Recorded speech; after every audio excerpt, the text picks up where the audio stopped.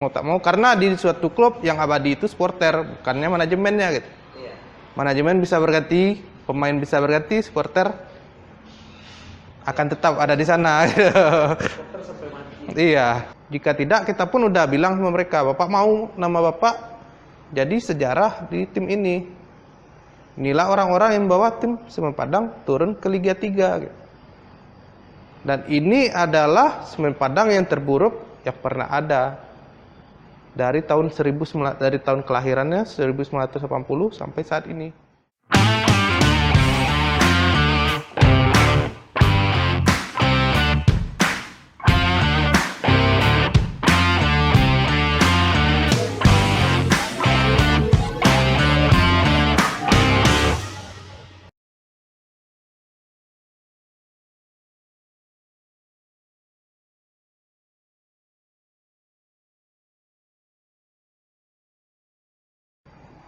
Pertama mungkin pada saat itu pertemuan itu sebenarnya digagas oleh manajemen Semen Padang sendiri dengan mengundang seluruh kelompok elemen supporter, bukan Sparta aja. Di sana ada Dekemers, UWS, sama perwakilan dari Padang Fan. Jadi bisa dikatakan dihadiri oleh seluruh kelompok supporter Semen Padang. Jadi yang disampaikan di situ sebenarnya awalnya itu dari hashtag yang dilontarkan oleh Sparta mengenai manajer Effendi Ott gitu. Nah di hashtag itu pun penyebabnya adalah dengan prestasi Semen Padang yang bisa dibilang waktu itu yang pertama gagal kita ke 8 besar gitu. Nah ditambah lagi sekarang justru situasinya lebih genting lagi. Degradasi ke Liga 3 gitu.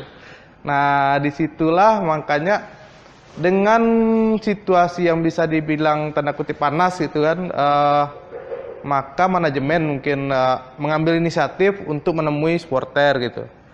Nah di saat pertemuan hari Jumat itu dihadiri sama Komisaris Semen Padang Bapak Khairul Jasmi, terus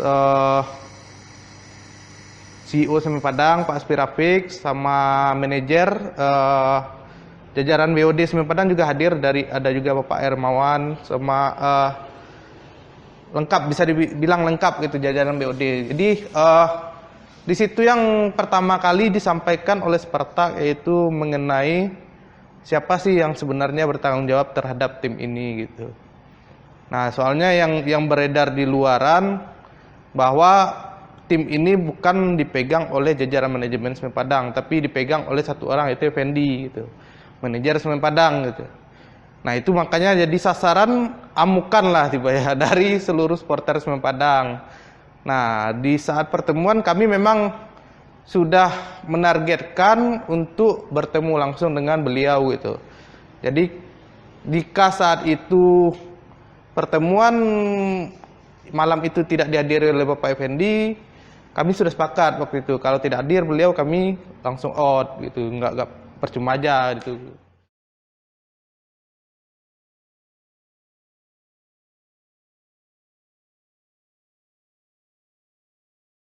Nah jadi alhamdulillah beliau hadir. Berkesempatan pertama kami berikan pada beliau kesempatan untuk memaparkan apa yang terjadi, dan ternyata beliau pun mengikuti gitu apa yang ada di sosmed, tahu gitu. Dia mengikuti mulai dari isu-isu mengenai dirinya. Nah di situ beliau mengatakan gitu bahwa itu adalah fitnah ya. Yang pertama mengenai masalah beliau dibilang agen pemain gitu, memasukkan pemain ke Semen Padang gitu. Nah di situ beliau menjelaskan bahwa itu bukan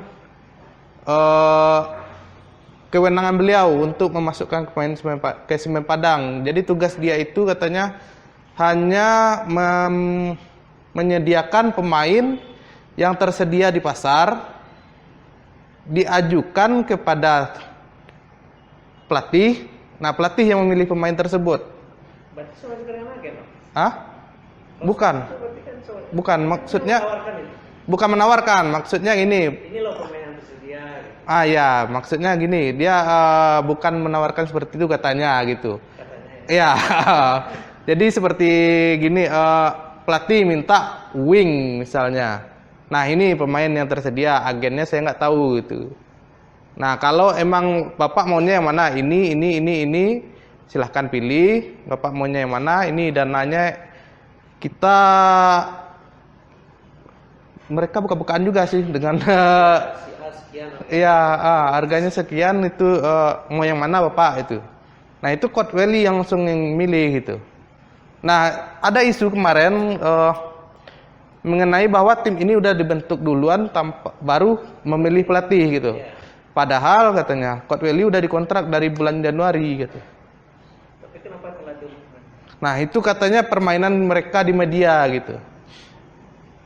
Ya. Lanjut Bang. Oke, lanjut ya. Jadi terus masalah yang untuk intervensi katanya, intervensi terhadap tim yang akan diturunkan atau line up, sehingga pemain yang diturunkan itu saja. Padahal kata beliau setiap pertandingan apapun pertandingannya gitu, yang berhak menentukan itu coach, dan beliau tidak intervensi sama sekali gitu. Dan itu dibenarkan sama Pak Aspi Rafiq, CEO, dan juga situ Bapak Komisaris tuh Pak KJ gitu. Dan beliau pun bersedia dikonfrontir dengan Coach Welly langsung gitu. Silakan kalau ada kontak Coach Welly, silakan tanya ke Coach Welly apa yang terjadi. Saya di sini tidak mengada-ngada.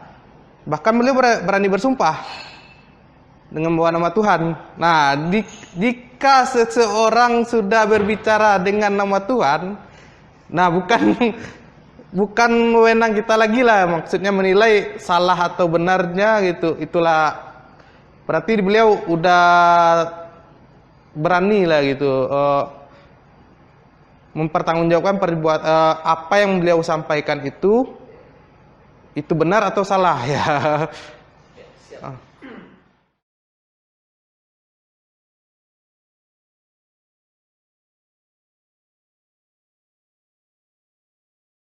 Dari sudut pandang Sparta sebenarnya tim ini terlalu rahasia sebenarnya. Yang pertama, sehingga kita tidak tahu sebenarnya perkembangan tim ini seperti apa. Dengan manajemennya pun yang kami rasa mungkin agak sedikit tertutup dengan supporter gitu. Dan sebenarnya untuk musim-musim sebelumnya cukup bagus gitu hubungan antara manajemen dan supporter. Nah, nggak tahu kenapa yang untuk musim sekarang 2020 dengan alasan katanya pandemi gitu ya, nggak bisa ketemu dengan supporter atau itu mungkin masalah terbesarnya dengan kondisi saat ini adalah kekompakan timnya. Kita melihat itu bahwa tidak ada kekompakan di dalam tim. Jadi siapapun, ya kembali ke tadi, sebenarnya masalah awalnya adalah penunjukan Coach Welly. Karena dari awal kita nggak yakin dengan Coach Welly. Argumennya?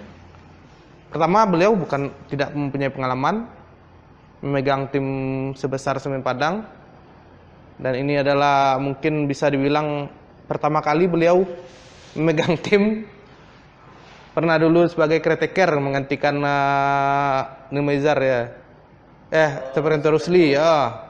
Sebentar gitu sebelum Almeida masuk ya. Yep. Yang kedua, saya melihat beliau ini belum pantas lah gitu memegang untuk tim sekelas Semen Padang lah gitu. Walaupun beliau adalah legenda Semen Padang, kita menghormati beliau, cuman secara kepelatihan kayaknya masih belum lah gitu. Jadi untuk itu pun dari awal sudah kita suarakan gitu. Mengenai pelatih kami udah ragu gitu dengan Coach Welly-nya gitu. Pertanyaannya apa? Kan sudah ada isu-isu didengar ini bakal Coach Welly nih yang Ya. Apakah saat isu itu didengar Sparta tidak langsung membangun komunikasi dengan manajemen atau bagaimana? Memang tidak ada komunikasi sih sebenarnya. Kita pun masih bertanda tanya gitu dengan ya seperti yang tadi dijelaskan di awal. Penjelasan itu kita dapat di akhir bukan di awal gitu. Nah, kita sudah coba untuk menggali informasi, tapi mereka merahasiakan gitu. Siapa sih pelatih sebenarnya gitu. Nah, menurut Abang sebagai pimpinan supporter lah istilahnya, komunikasi antara supporter dengan klub yang didasari oleh rahasia gitu, tertutup itu gimana sih? ya kita sih pengennya ada keterbukaan dengan supporter gitu. Tapi mungkin itu mereka punya pertimbangan lain atau gimana. Tapi kita sebagai supporter ya tugas kita mendukung tim. Nah, saat tim sudah terbentuk, pembentukan tim kita percayakan kepada manajemen. Manajemen kita percayakan, kita lihat hasilnya. Di saat hasilnya tidak memuaskan ya inilah yang terjadi gitu. Supporter akan berontak, mau tak mau, karena di suatu klub yang abadi itu supporter, bukannya manajemennya gitu. Iya. Manajemen bisa berganti, pemain bisa berganti, supporter akan tetap ada di sana. Supporter sampai mati. Iya.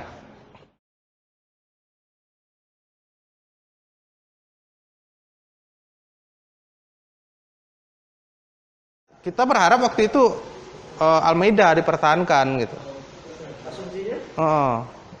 Ya di akhir musim Liga 1 sebelum kita degradasi, Almeida cukup bagus gitu, melatih tim, dan awalnya tim ini kan emang diperbentukkan untuk Almeida sebelum terhenti kompetisi.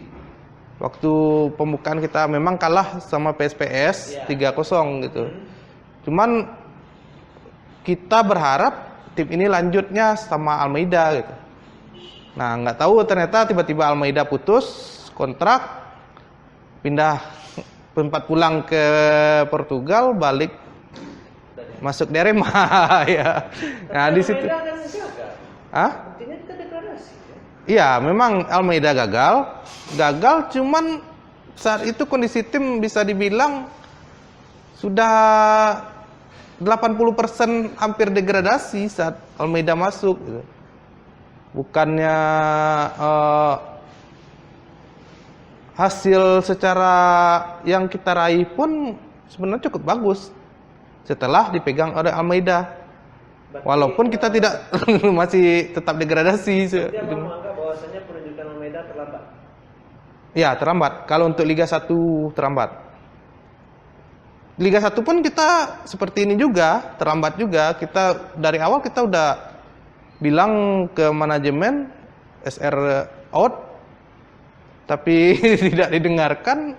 Ternyata saat situasi genting baru ya seperti yang terjadi saat ini juga.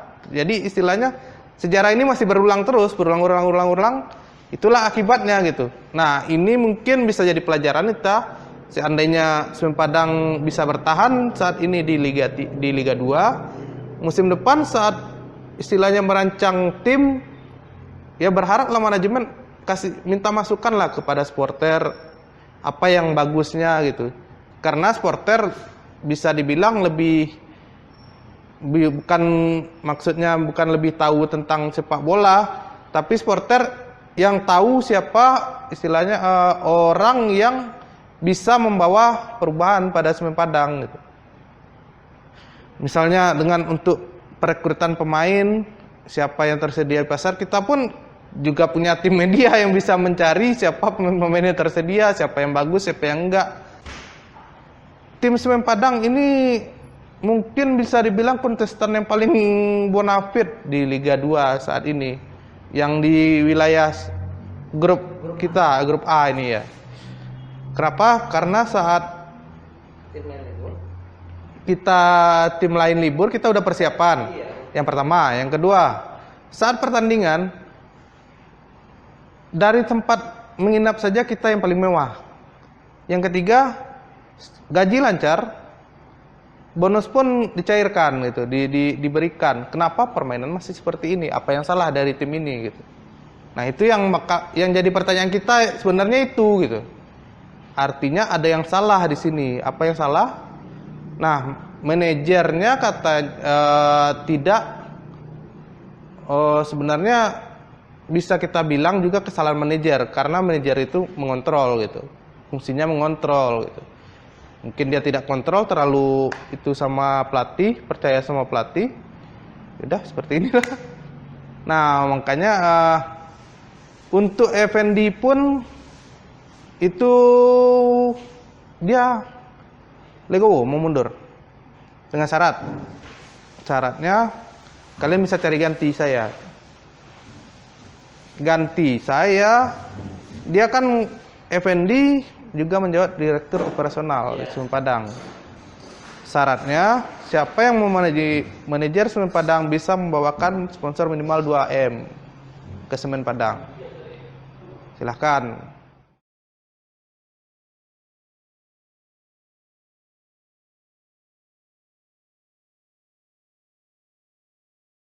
Gimana ya? Kita ngelihatnya mungkin karena baru pertama bertemu dengan beliau. Emang selama ini kita sama sekali nggak kenal sama beliau, nggak pernah bertemu. Beliau pun bilang katanya pengen ketemu, cuman belum ada waktu kan. Nah itu yang kita sayangkan, kenapa tidak dari awal gitu. Kalau dari awal kita tahu siapa beliau, kita pun mempertanyakan track record beliau gitu. Tapi kalau kita lihat statistik, berarti dia lebih banyak gagal daripada sukses. Iya betul, benar. Dia pun membenarkan hal itu.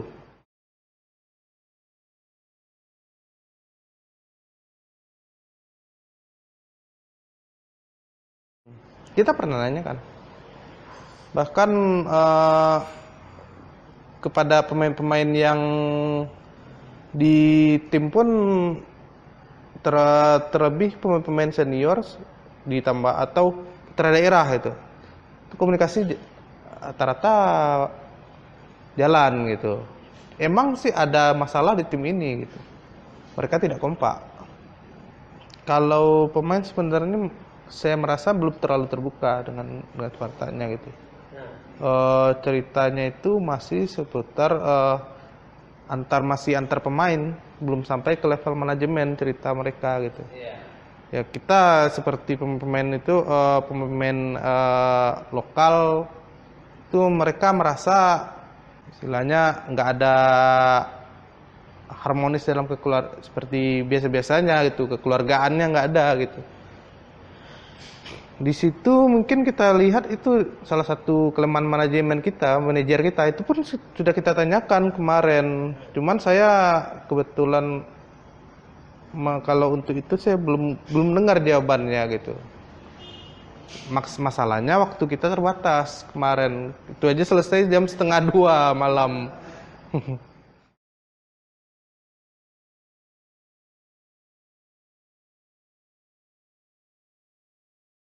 Seperti ini. Jadi sebenarnya target Semen Padang yang dibebankan oleh pengucur dana, pemegang sponsor terbesar Semen Padang, hanya bertahan di Liga 2. Semen Padang belum boleh degradasi promosi ke Liga 1. Alasannya? Masalahnya yang pertama ada masalah dana. Untuk sponsor yang dikirim dari Semen Indonesia berkurang daripada tahun yang sebelumnya. Yang kedua, pengen dibenahi dulu gitu. Pertama dalam manajemen Semen Padangnya, misal dalam keuangan atau segala macamnya, pondasinya gitu, pondasi timnya gitu, pondasi maksudnya bisa dibilang bahwa Semen Padang ini terlalu banyak hutang selama ini gitu. Nah setelah keuangan stabil baru targetnya 2-3 tahun masuk ke Liga 1. Nah, kenapa tadi manajemen saat konferensi pers bilang targetnya Liga 1? Nah, itu Pak Kaji kemarin yang nyampaikan, Pak Kaji sama Pak Rafiq. Kita bikin tim ini kecelakaan naik ke Liga 1 katanya.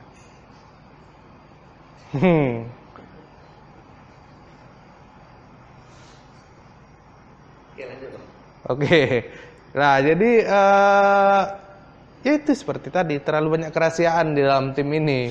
Sehingga kejutan-kejutannya itu kita baru dapat di akhir. Harusnya dari awal kita udah dapat gitu.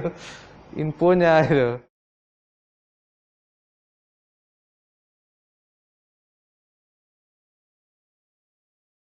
Yang kita tawarkan.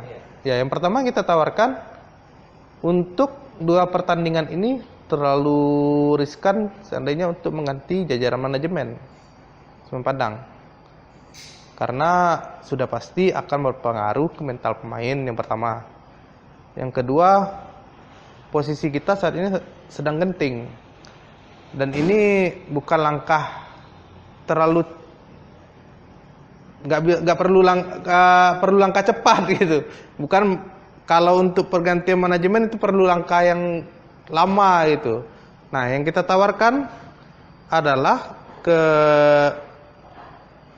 manajemen Semen Padang, kita siap, kita berikan dukungan habis-habisan. Kita bakal hubungi pemain yang kita punya kontaknya, kita berikan semangat berlebih, kita berikan motivasi kepada mereka agar membuat tim ini bertahan. Dan manajemen pun kita tuntut gitu. Bagaimana supaya tim ini bisa bertahan di Liga 1, di Liga 2. Untuk saat ini, untuk kedepannya kita akan bicarakan lagi. Yang penting saat ini kita pengennya tim ini selamat dulu. Jika tim ini udah selamat, barulah kita bicara tuh yang kedepannya seperti apa. Dan kita sangat berharap manajemen komit dengan perkataan mereka. Mereka udah berjanji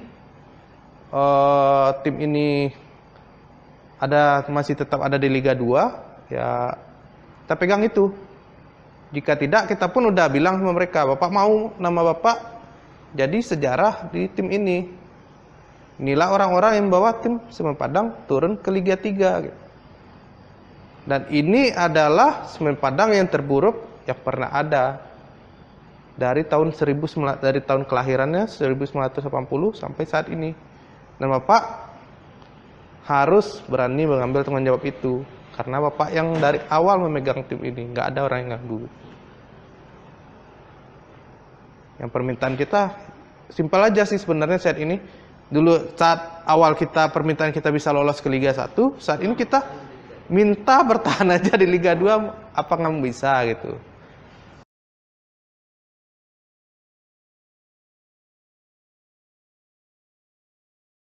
Untuk pelatih Semen Padang yaitu Pak Henry Susilo, kami berharap sekali kepada Bapak bisa menyelamatkan tim ini. Penunjukan Bapak salah satunya adalah keinginan dari kami juga. Semoga Bapak bisa menyelamatkan tim kami ini. Tim kebanggaan kita, Pak. Kita sesama orang Sumatera Barat. Inilah tim yang ingin kita lihat terus ada di persepak bolaan Indonesia ini. Dan saya memohon sekali kepada Bapak bisa menyelamatkan tim ini, tetap minimal ada di Liga 2 ini. Dan untuk musim depan kita berharap semoga tim ini bisa kembali lagi ke habitatnya yang sebenarnya itu di Liga 1. Kepada seluruh pemain Semen Padang yang saat ini sedang berjuang di Liga 2 tahun 2021, kami dari Spartak dan seluruh masyarakat Semen Padang sangat mengharapkan kepada Anda semua, tolonglah selamatkan tim kami. Kami menaruh harapan kepada kalian dan kami yakin kalian itu bisa. Kalian mencintai, harus mencintai di mana kalian berada. Ini adalah Semen Padang, adalah kebanggaan dari kita semua masyarakat Sumatera Barat. Kami berharap kepada kalian, berikanlah kemampuan terbaik kalian berikanlah apa yang bisa kalian lakukan di lapangan di 2 pertandingan terakhir ini, karena kami yakin kepada kalianlah kami bisa menggantungkan harapan agar anak-anak cucu kami bisa melihat lagi tim ini di masa depan. Kami memohon kepada kalian, semoga apa yang kami sampaikan ini bisa kalian dengar dan bisa kalian rasakan, sehingga membangkitkan semangat kalian untuk mempertahankan tim ini apapun caranya. Mungkin itu saja, terima kasih. Semangat!